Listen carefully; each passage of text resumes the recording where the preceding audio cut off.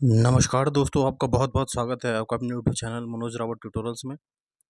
आज हम देखेंगे आपके गणित पेडागॉजी 28 जनवरी 2023 का पेपर 1 की इसमें 15 प्रश्न रहेंगे।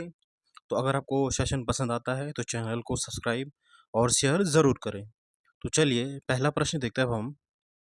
आपका पहला प्रश्न कह रहा है, प्राथमिक श्रेणी के बच्चों के लिए सटीकन एवं अनुमान व समझ निम्नलिखित संकल्पनाओं में किस संकल्पना के विशेष की ओर ले जाती है, आपसे पूछा गया है। सटीकन और अनुमान लगाना आपका पूछा गया है कि किसकी ओर ये आपका ले जाता है, ये आपसे पूछा गया है। ठीक है, यहाँ पे हम देखते हैं आपका सटीकन एवं अनुमान और समझ जो है वह किस संकल्पना की ओर ले जाती है।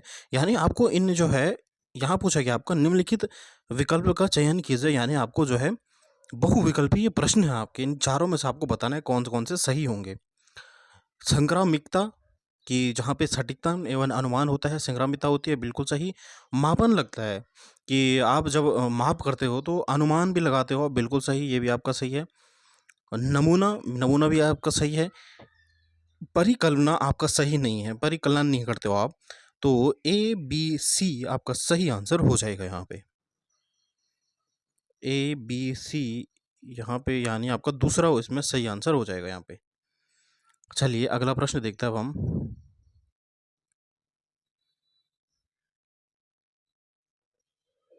अगला प्रश्न कह रहा है, जब एक बच्चे को 567 को लिखने के लिए कहा गया तब उसने ये लिखा। ठीक है, उसने इतना लिख दिया, 567 उसने इस तरीके से लिखा। तो इस त्रुटि का सर्वाधिक उपयुक्त कारण क्या हो सकता है? यानी बच्चे ने ये गलती क्यों करी, ये आपसे पूछा गया है। तो पहला कह रहा है कि बच्चा कक्षा में ध्यान नहीं दे रहा है और एक ध्यान शून्य स्रोत है। यानी बच्चा क्या है, ध्यान नहीं दे रहा है, तो ये आपका गलत हो जाएगा।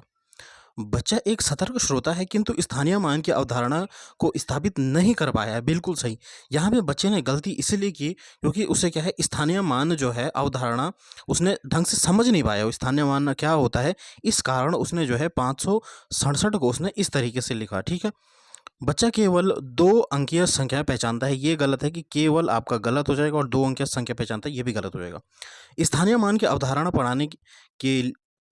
पढ़ाने में शिक्षक की अक्षमता, यानी शिक्षक की गलती है, शिक्षक नहीं पढ़ा पा रहा है, ये भी आपका गलत हो जाएगा। यहाँ पे दूसरा ऑप्शन सही हो जाएगा, इसमें बेटर ऑप्शन हो जाएगा कि बच्चा एक सतर्क श्रोता है किंतु स्थानीय मान की अवधारणा को स्थापित नहीं कर रहा है। यानी बच्चा जो है वह सतर्क तो है लेकिन उसको स्थानीय मान जो स्थापित करने में दिक्कत हो रही है। तो ऑप्शन सेकंड आपका इसमें सही उत्तर हो जाएगा। चलिए अगला प्रश्न देखते हैं अब हम। निम्नलिखित में से कौन सा संस्कृति विशिष्ट ज्ञान का उदाहरण है जो कि प्रारंभिक स्तर के गणित अधिगम में बहुत छोटे बच्चों द्वारा प्रदर्शित किया जाता है? संस्कृति विशिष्ट ज्ञान, ठीक है, तो ये क्या हो जाएगा, अधिगमकर्ता द्वारा प्रयुक्त संख्या शब्द है, संख्या संक्रियाएं हैं, द्वि स्थान संबंधित समझ है, या फिर गणितीय पहेली आदि हल करना है। तो यहाँ पे पूछा गया है कि निम्नलिखित में से कौन सा संस्कृति विशिष्ट ज्ञान का उदाहरण है जो कि आपकी प्राथमिक स्तर पे छोटे बच्चों द्वारा यूज किया होता है। तो ये हो जाएगा अधिगमकर्ता द्वारा प्रयुक्त संख्या शब्द आपका सही उत्तर हो जाएगा, यानी पहला ऑप्शन आपका सही आंसर हो जाएगा। चलिए अब अगला प्रश्न देखते हैं अब हम। निम्नलिखित में से कौन सा कथन गणित के अधिगम के संबंध में सही है? यानी आपको सही ढूंढना है।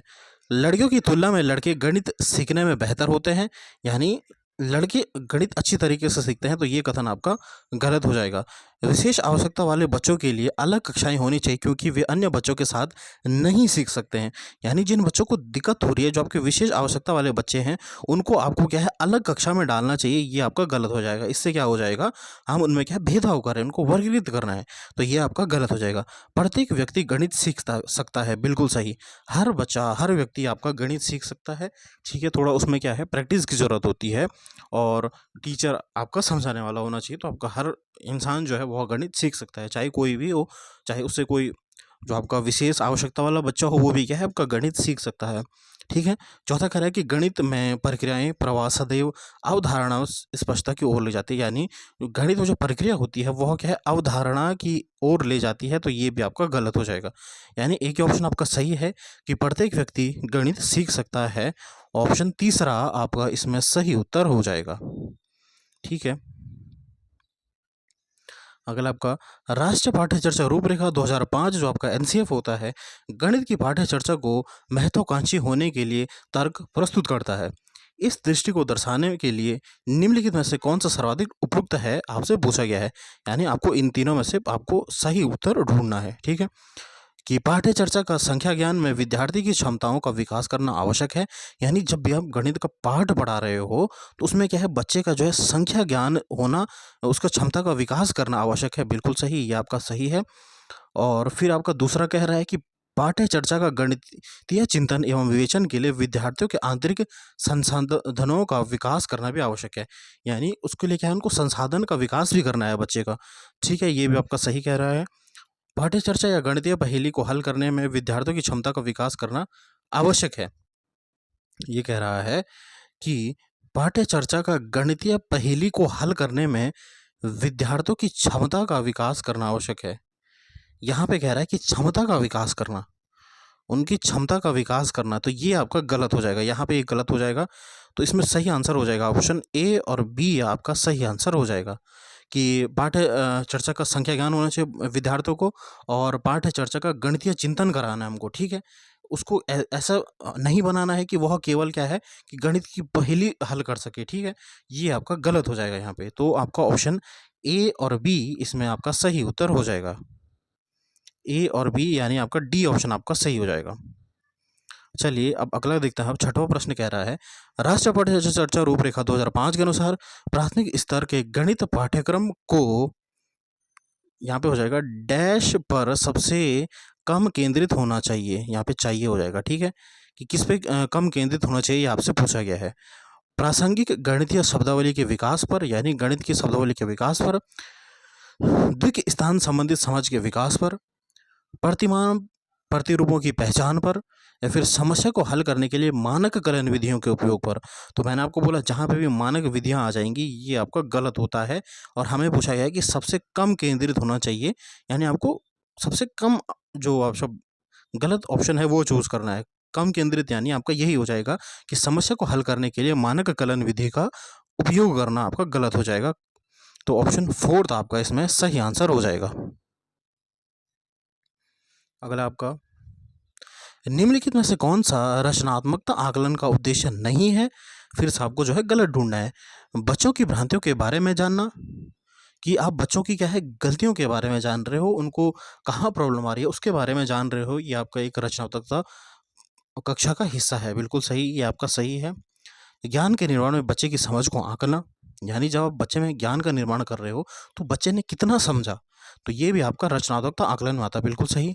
पिछली अवधारणा पर आधारित नई अवधारणा को प्रस्तुत करना, ठीक है। ये कह रहा है कि पिछली अवधारणा पर आधारित नई अवधारणा को प्रस्तुत करना, बिल्कुल सही। ये भी आपका सही है कि पिछली अवधारणा यानी जो बच्चे ने उसका पूर्व ज्ञान है उसको नए ज्ञान से जोड़ना, ये कह रहा है। बिल्कुल सही।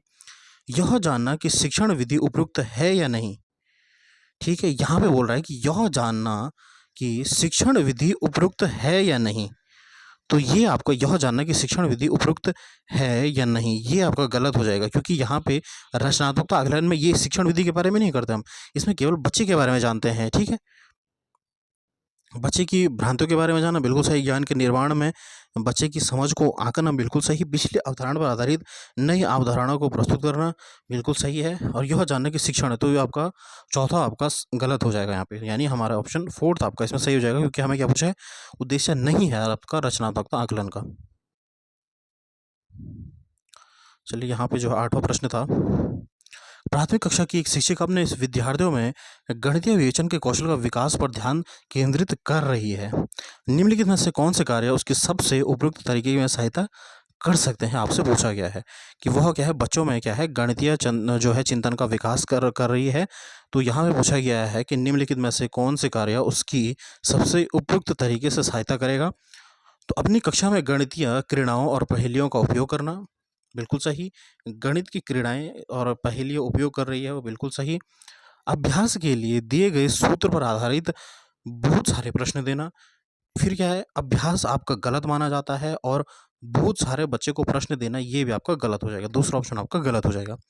नियमित कक्षा परीक्षाओं का आयोजन करना, जहाँ पे भी आता हो कि आपका बच्चों को क्या है परीक्षाएँ कराना, तो ये भी आपका गलत हो जाएगा।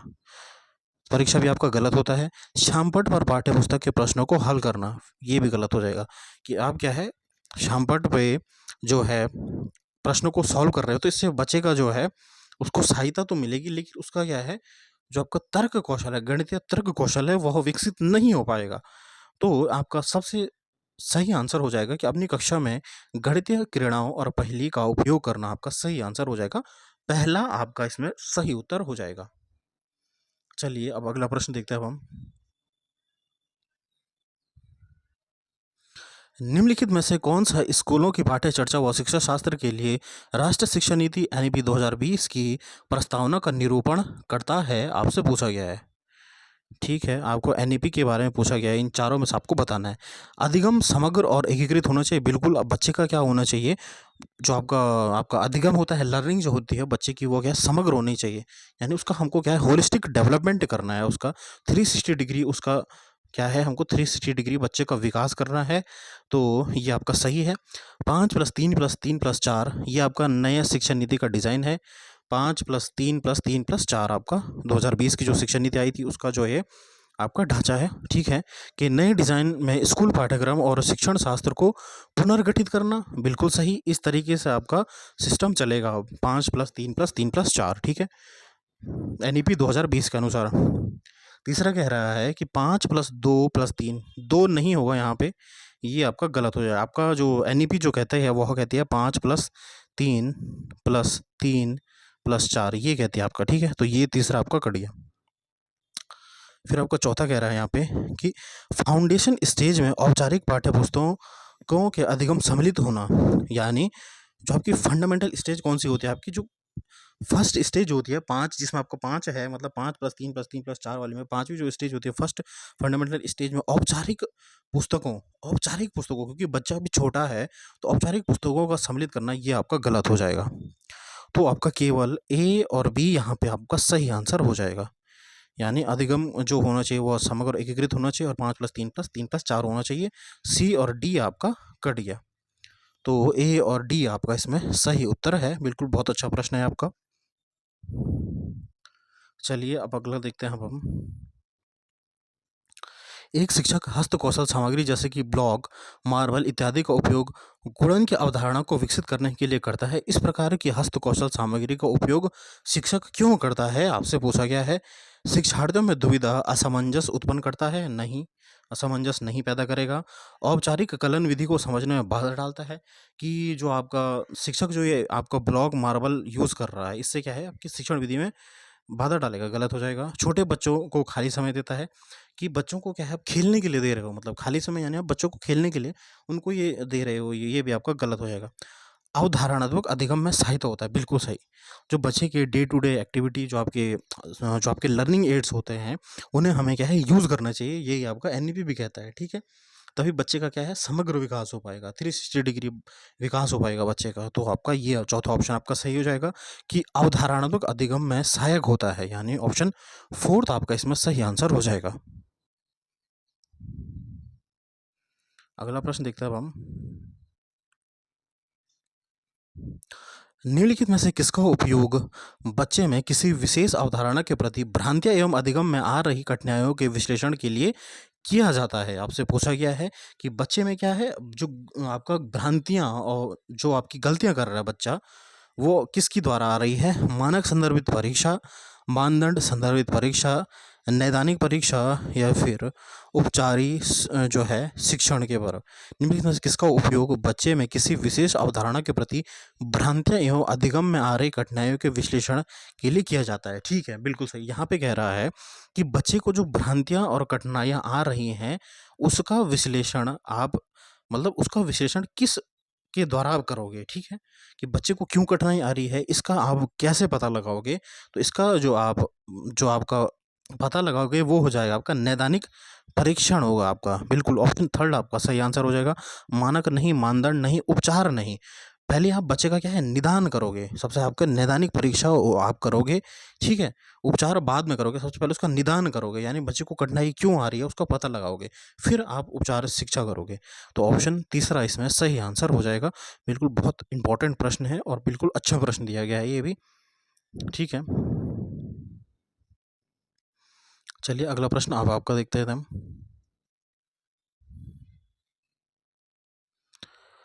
कथन में दी गई जानकारी के आधार पर निम्नलिखित में से कौन सी सुझाई गई शिक्षण विधियां शिक्षार्थी को गणितीय ज्ञान का निर्माण करने का प्रत्यक्ष अनुभव प्रदान करती हैं?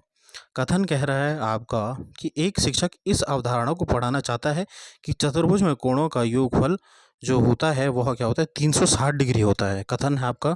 तो इसकी क्या शिक्षण विधियां होंगी ये आपको बताना है, इनमें से कौन कौन सी शिक्षण विधि सही होगी ये आपको बताना है, ठीक है?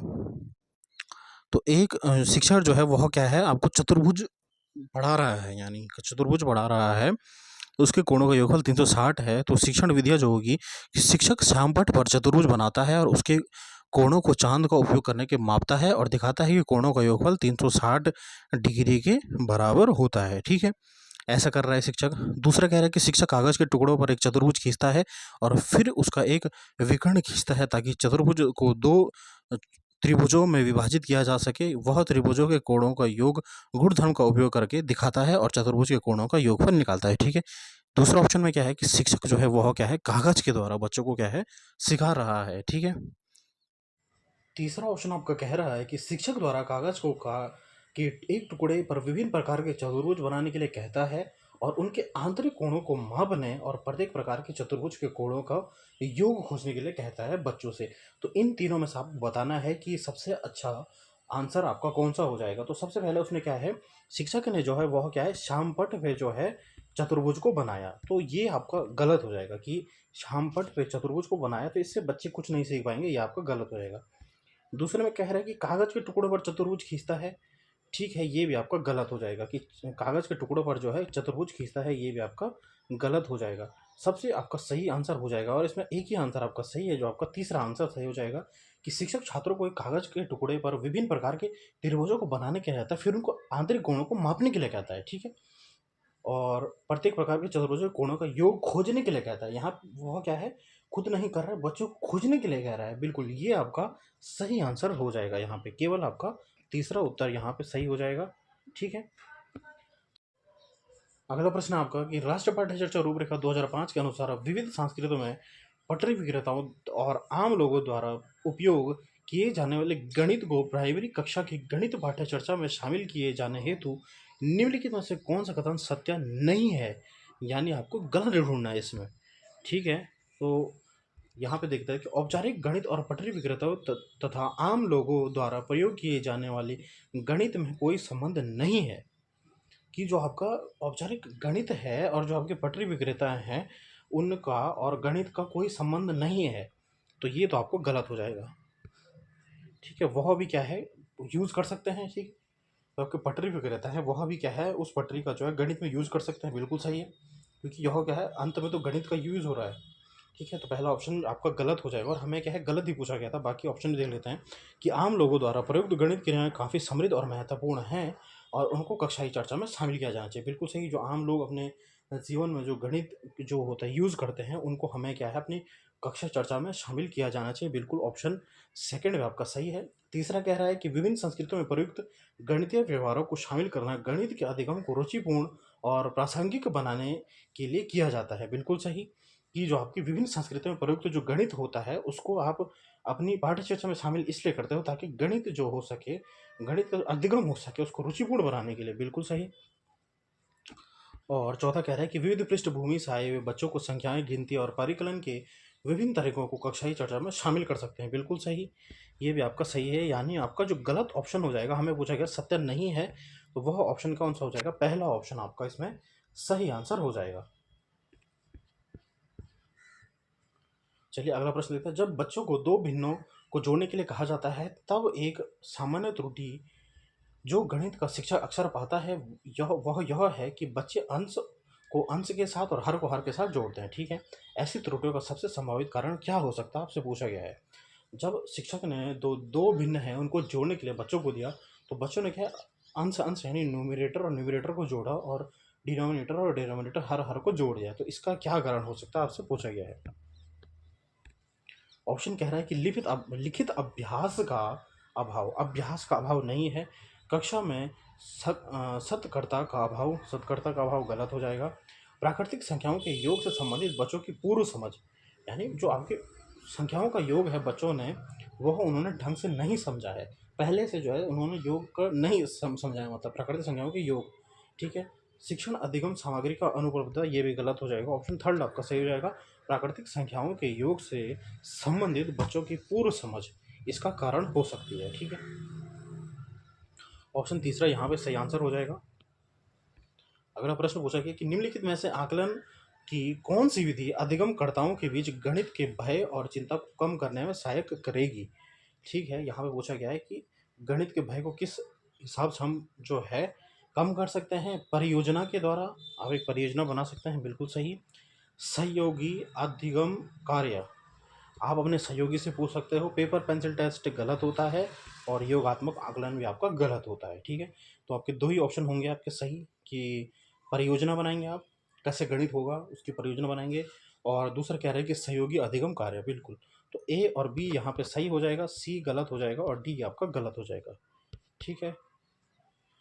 तो स्टूडेंट्स, ये हमने आज करे आपके 15 महत्वपूर्ण प्रश्न।